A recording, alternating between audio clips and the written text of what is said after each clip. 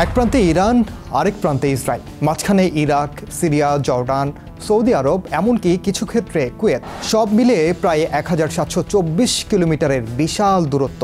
তারপরও মাত্র এক রাতেই ইসরায়েলের আকাশে তছনছ করে দিয়েছে ইরানি ড্রোন, ব্যালিস্টিক ও ক্রুজ মিসাইল।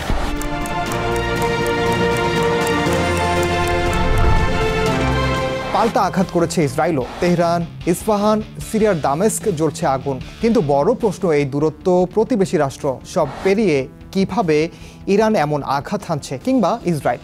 এটা কি অত্যাধুনিক ক্ষেপণাস্ত্র প্রযুক্তির সক্ষমতা, নাকি নতুন ধরনের অঞ্চলজয়ী যুদ্ধ কৌশল? তাই জানাবো এবারের দৃশ্যপটে। সঙ্গে আছি আমি, ওমর ইনাম। ইরানের বিভিন্ন পারমাণবিক স্থাপনা ও সামরিক ঘাঁটিতে ইসরায়েলের হামলার পর 13 জুন রাতেই সরাসরি প্রতিশোধের ঘোষণা দেয় ইরান। তেহরান বলছে, ইসরায়েল আগ্রাসীভাবে ইরানের নিউক্লিয়ার এবং রেভলিউশনারি গার্ড বাহিনীর অবস্থানে টার্গেট করেছে। তার জবাবে 2 ধাপে ব্যালিস্টিক মিসাইল, তারপর 3য় ধাপে ড্রোন ও ক্রুজ মিসাইল নিক্ষেপ করেছে ইরানের সেনারা। ইসরায়েলের তেল আবিব, রামাত গান, জেরুজালেম সবখানেই বেজেছে সাইরেন। একটি উঁচু ভবনে সরাসরি আঘাতের পাশাপাশি 9টি ভবন পুরোপুরি ধ্বংস হয়ে গেছে বলে জানিয়েছে ইরান। এতে হতাহতের ঘটনাও ঘটেছে। ইসরায়েল বলছে কয়েকশোর বেশি মিসাইল ছোড়া হয়েছে।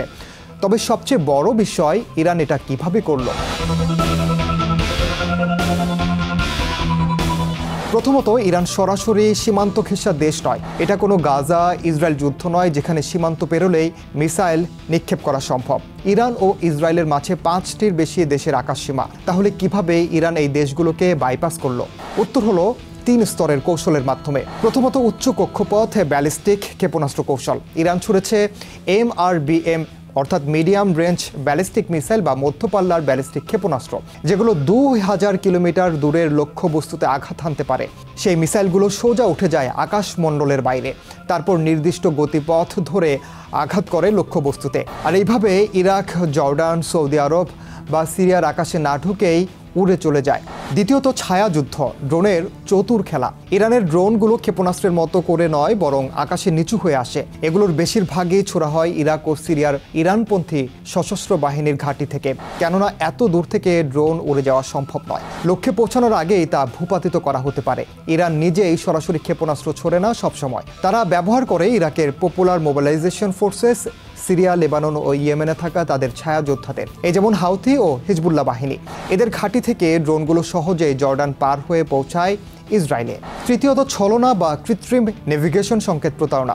ইসরায়েলের হামলায় ইরান অত্যাধুনিক জ্যামিং টেকনোলজি ও রাডার ব্লাইন্ড স্পট ব্যবহার করে। ড্রোনগুলো এমনভাবে পাঠায় যে রাডারগুলো সিগন্যাল ঠিকমতো ধরতে পারে না, অথবা ড্রোনগুলো নিচু গতি ও উচ্চতা ধরে রেখে চলে যাতে ধরা না পড়ে।